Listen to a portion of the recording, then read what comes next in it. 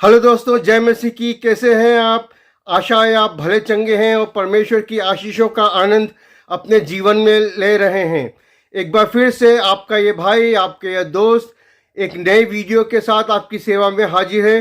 और आज का विषय जिस पर हम चर्चा करने जा रहे हैं बहुत ही रुचिकर और बहुत ही इंटरेस्टिंग और इम्पोर्टेंट होने जा रहा है। आज के माहौल में जब हम देख रहे हैं चारों तरफ से युद्ध और युद्ध की अफवाहें आ रही हैं, और आज का विषय है अर्मेगिदोन वॉर या अर्मेगिदोन का युद्ध। ये किसके बीच में होगा और कब होगा। लेकिन इसके पहले कि हम आज के विषय पे आए, मैं हमेशा की तरह आपको याद दिलाना चाहूँगा कि आप कृपया इस चैनल को सब्सक्राइब करें और बेल आइकन भी क्लिक कर दें, ताकि जब भी मैं कोई नया वीडियो अपलोड करूं तो उस वीडियो को आप देख सकें, उसकी सूचना आपको मिल सके। और आप वीडियो देखेंगे तो बहुत अधिक मोटिवेशन मिलेगा। न केवल वीडियो आप देखें, और लेकिन अगर आपको पसंद आता है तो उसको लाइक करें और नीचे कमेंट भी करें, और अपने दोस्तों और दूसरे सोशल मीडिया ग्रुप्स में जहां आप हैं वहां शेयर करें, क्योंकि बहुत सॉलिड बाइबल की टीचिंग इस चैनल में हम दे रहे हैं। और आप जरूर इन टीचिंग्स का फ़ायदा उठाएं और दूसरों को भी इन टीचिंग्स का फ़ायदा मिल सके, ऐसी सहायता और मदद करें। तो आइए दोस्तों, हम आज के विषय पर आ जाते हैं। मेरा नाम राजेश है और मैं भोपाल से हूं, और इस चैनल में हम परमेश्वर के अनोखे प्रेम के बारे में भी चर्चा करते हैं कि किस तरह से उसने मेरे और आपके लिए अपनी जान दी और अपने अनोखे प्रेम को प्रकट किया कि हम उद्धार पा सकें और स्वर्ग में जा सकें। और साथ ही साथ हम बाइबल की भविष्यवाणियों के बारे में भी विचार करते हैं, और वो भविष्यवाणियां जो आज मेरे और आपके सामने, मेरे और आपकी आंखों के सामने हमारी दुनिया में प्रकट हो रही हैं। और दोस्तों, आजकल लोग बड़े परेशान हैं, बड़े व्याकुल हैं, बड़े त्रस्त हैं, क्योंकि देख रहे हैं कि साल भर से ज़्यादा हो गया यूरोप में रूस और यूक्रेन के बीच में लड़ाई बढ़ती ही जा रही है। सारी डिप्लोमेसी फेल हो गई है, सारे प्रयत्न फेल हो गए हैं, और एक साल से अधिक समय से चलती लड़ाई भी असफल हो गई है। और लड़ाई बंद नहीं हो रही है, लेकिन फैलती जा रही है। और अभी चीन के राष्ट्रपति शी जिनपिंग गए और उसके बाद जापान के प्रधानमंत्री गए, तो लगता है कि लोगों ने साइड लेना शुरू कर दी है और ये लड़ाई बढ़ती जा रही है। इसका अंत दिखाई नहीं दे रहा है। प्रभु करे कोई आश्चर्यकर्म हो जाए और लड़ाई बंद हो जाए तो सबको चैन मिले, लेकिन फिलहाल तो ऐसा लग नहीं रहा है। और बहुत से लोग ये कह रहे हैं कि क्या ये अर्मेगिदोन की लड़ाई है, क्या दुनिया का अंत आ गया है। दोस्तों, यही आज हम बाइबल से देखेंगे कि बाइबल अर्मेगिदोन की लड़ाई के बारे में क्या कहती है। यदि आप मेरे साथ खोलें प्रकाशित वाक्य, जो बाइबल की सबसे आखिरी पुस्तक है, रेवलेशन चैप्टर 16 और उसकी 14 और 16 आयत पढ़ेंगे। ये प्रकाशित वाक्य या रेवलेशन की किताब बाइबल में सबसे आखिर में है, और इसके 16वें अध्याय को हम देख रहे हैं, और उसकी 14 आयत में लिखा है। इसके पहले कि हम इस आयत को पढ़ें, मैं आपको बताना चाहूँगा कि ये जो प्रकाशित वाक्य की पुस्तक है, ये बताती है ट्रिब्यूलेशन और ग्रेट ट्रिब्यूलेशन का पीरियड। जी हाँ, संसार के अंत में 7 साल का एक क्लेश और महाक्लेश का समय आने जा रहा है, जिसको अंग्रेजी में ट्रिब्यूलेशन और ग्रेट ट्रिब्यूलेशन कहते हैं।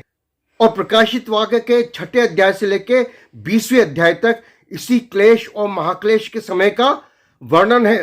और यहाँ 16वें अध्याय में हम इस महाक्लेश के अंतिम क्षणों में आ गए हैं, और यहाँ पर लिखा है 14 आयत में, प्रकाशित वाक्य 16-14, ये चिन्ह दिखाने वाली दुष्टात्माएं हैं जो सारे संसार के राजाओं के पास निकलकर इसलिए जाती हैं कि उन्हें सर्वशक्तिमान परमेश्वर के उस बड़े दिन की लड़ाई के लिए इकट्ठा करें।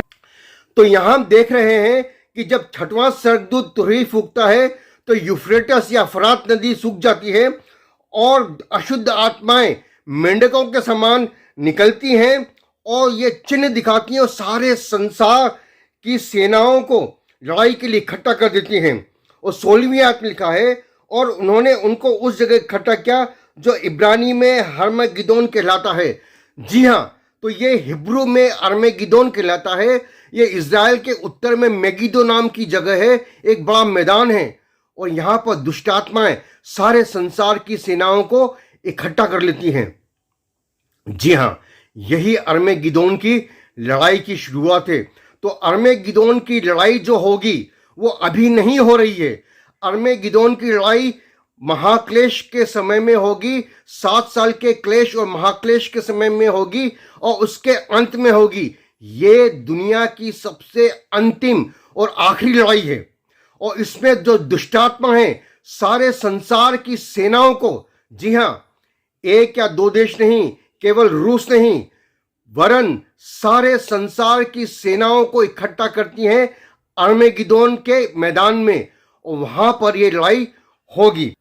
अब दोस्तों प्रश्न ये उठता है कि आखिर ऐसा क्या हुआ है, क्या प्रोवोकेशन है जिसके कारण से संसार की सेनाएं इजराइल से लड़ने के लिए इजराइल के उत्तर में एक मेगिदो नामक स्थान पर इकट्ठा हो गई हैं। कुछ ना कुछ तो बात जरूर रही होगी, वरना सारे संसार के लोग इतने बेवकूफ तो नहीं है कि किसी से लड़ने के लिए अपनी सारी सेनाएं किसी एक जगह भेज दें। दोस्तों अर्मेगिदोन की लड़ाई एक बहुत बड़े कारण के कारण होगी। कोई साधारण कारण नहीं हो सकता कि सारी दुनिया एक देश से लड़ने के लिए उसके खिलाफ इकट्ठा हो जाए। जरूर कुछ ना कुछ बड़ा प्रोवोकेशन या बड़ा ऐसा कुछ कारण रहा होगा जिसके कारण से संसार की सारी सेनाएं एक जगह इकट्ठा हो जाती हैं। और आपको पता है कि इस समय क्लेश और महाक्लेश के समय सारी दुनिया पर एक ही तानाशाह होगा, एंटी क्राइस्ट 666, और वही चाहेगा कि सारी संसार की सेनाएं इजराइल से लड़ने के लिए एक जगह इकट्ठा हो जाएं। तो इसके बारे में वो क्या कारण था बाइबल स्पष्ट रूप से नहीं बता रही है, लेकिन क्या बता रही है मैं आपके सामने 18वें अध्याय में पढ़ता हूं। ऐसा क्या हुआ है?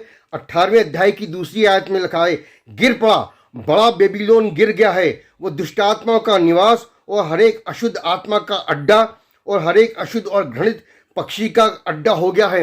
यदि हम प्रकाशित वाक्य में देखें तो हम पाएंगे यहाँ पर एक बड़े नगर का वर्णन है, एक आधुनिक शहर, और उस आधुनिक शहर का नाम पुराने बेबीलोन के नाम पर दिया गया है। और 18वें अध्याय में बताया गया है कि बेबीलोन ये मॉडर्न शहर, इसका नाम बाइबल नहीं बता रही है, लेकिन इसको बेबीलोन कहा गया है और ये नष्ट हो गया है। 9वीं और 10वीं आयत में लिखा है 18वें अध्याय की, पृथ्वी के राजा जिन्होंने उसके साथ व्यभिचार और सुर्खविलास का, जब उसके जलने का धुआं देखेंगे तो उसके रोएंगे और छाती पीटेंगे और पीड़ा के डर के मारे वे दूर खड़े होकर कहेंगे, हे बड़े नगर बेबीलोन, हे दृढ़ नगर, हाय हाय, घड़ी भर में तुझे कैसा दंड मिल गया। और 7वीं आयत, घड़ी भर में ही उसका ऐसा धन नष्ट हो गया, हर एक माझी और मल्लाह और जितने समुद्र से कमाते हैं सब दूर खड़े हुए और उसके जलने का धुआं देखते हुए पुकार कर कहेंगे, कौन सा नगर इस बड़े नगर के समान है? तो ये नगर नष्ट हो गया। और इसमें माझी और मल्लाहों का उल्लेख है जो दूर खड़े होकर पुकार कर कह रहे हैं। तो जरूर ये नगर कोई कोस्टल सिटी है, एक ऐसा शहर है जो समुद्र के किनारे पर बसा हुआ है। और इस नगर की पहचान के बारे में पहले भी एक मैं वीडियो बनाया था, लेकिन फिलहाल समय नहीं है कि हम डिटेल में जाएं कि वो नगर कौन सा है और हम उसको कैसे पहचान सकते हैं कि आज दुनिया का वो नगर कौन सा है।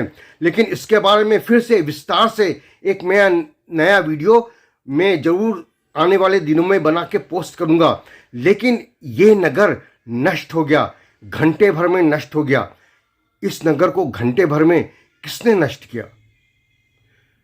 यदि ये नगर सारी दुनिया की राजधानी थी, यदि एंटी क्राइस्ट की राजधानी थी, और अगर इसको इजराइल ने नष्ट किया है, जरूर एंटी क्राइस्ट और उसकी सारी सेनाएं, दुनिया की सारी सेनाएं इजराइल के खिलाफ इकट्ठा होंगी।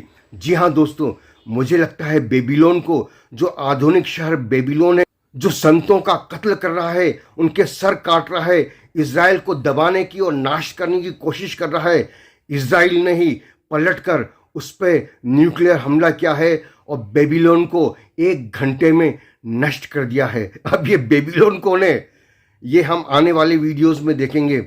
लेकिन क्योंकि बेबीलोन घंटे भर में नष्ट हो गया है, इसलिए एंटी क्राइस्ट और उसकी सारी सेनाएं इजराइल के खिलाफ लड़ने के लिए इकट्ठी हुई हैं। लेकिन होता क्या है, प्रकाशित वाक्य उसके 19वें अध्याय में भविष्यवाणी है, 2000 साल पुरानी भविष्यवाणी है।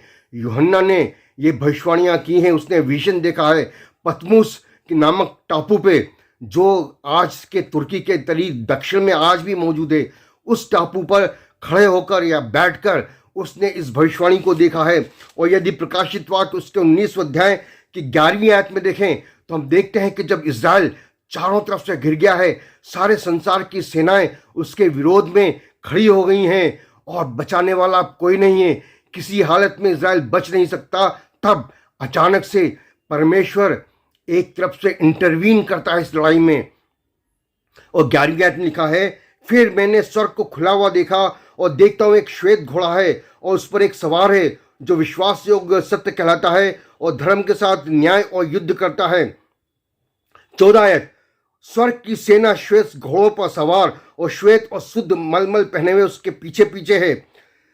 और 19वीं आयत, फिर मैंने उस पशु और पृथ्वी के राजाओं और उनकी सेनाओं को उस घोड़े के सवार उसकी सेना से लड़ने के लिए इकट्ठा देखा। वह पशु और उसके साथ वह झूठा भविष्यवक्ता पकड़ा गया जिसने उसके सामने से चिन्ह दिखाए थे, जिनके द्वारा उसने उनको भरमाया था, किस पशु की छाप भरमाया जिन पर उस पशु की छाप थी और जो उसकी मूर्ति की पूजा करते थे। ये दोनों जीते जी उस आग की झील में जो गंधक से जलती है डाले गए। और शेष लोग उस घोड़े के सवार की तलवार से जो उसके मुंह से निकलती थी मार डाले गए और सब पक्षी उनके मांस से तृप्त हो गए। तो अजीजों, हम यहाँ पर देखते हैं कि उस लड़ाई में जब इजराइल अकेला रह जाएगा, एंटी क्राइस्ट और सारा संसार इजराइल के खिलाफ हो जाएगा, तब प्रभु यीशु मसीह इजराइल को बचाने के लिए सफेद घोड़े पर आएंगे और सारा कलीसिया मंडली भी श्वेत वस्त्रों में उसके साथ आएगी। हाँ जी दोस्तों, मैं और आप जो करीब 7 साल पहले रैप्चर हो जाएंगे, प्रभु यीशु मसीह के साथ आएंगे। हम एक विजय पताका इजराइल में ठहराने जा रहे हैं। इजराइल की एक बहुत बड़ी विजय और जय होने वाली है। तो प्रभु यीशु मसीह की अंतिम विजय इस अर्मेगिदोन की लड़ाई में होने वाली है और शैतान, एंटी क्राइस्ट और झूठा भविष्यवक्ता वो हारने वाले हैं। ये बाइबल में पहले से बता दिया गया है। और अजीज दोस्तों, यदि आज भी आप अपने जीवन में शैतान से और उसकी कारस्तानियों से त्रस्त हैं, परेशान हैं, तो आप ध्यान रखें, शैतान एक हारा हुआ शत्रु है। वो हार चुका है, उसका अंत निकट है, उसका अंत आग की झील है। तो आप परमेश्वर को धन्यवाद दें, परमेश्वर की जय जयकार करें, उसकी आराधना, स्तुति और प्रशंसा करें, क्योंकि प्रभु यीशु मसीह विजय हो चुका है। क्रूस पर उसने विजय की जय जयकार सुनाई है और शैतान और उसकी सारी ताकतें हार गई हैं और एक बार फिर अर्मेगिदोन की लड़ाई में हारेंगी। तो अजीजों, अर्मेगिदोन क्लेश और महाक्लेश के 7 साल के अंत में होगा और सारे संसार और एंटी क्राइस्ट की सेनाएं इजराइल के विरोध में खड़ी होंगी, लेकिन प्रभु यीशु मसीह उतरकर इजराइल को बचाएगा, इस संसार को बचाएगा। लेकिन आपके पास समय अभी है। आप शैतान और एंटी क्राइस्ट के साथ क्यों खड़े हों? आप उसकी सेनाओं में क्यों शामिल हों? आप परमेश्वर के लोगों और उसकी मंडली के खिलाफ, प्रभु यीशु मसीह के खिलाफ क्यों लड़ें? आप अभी प्रभु यीशु मसीह को अपना उद्धारकर्ता और प्रभु ग्रहण करें, उसके सामने घुटने टेकें, उससे दया की भीख मांगें।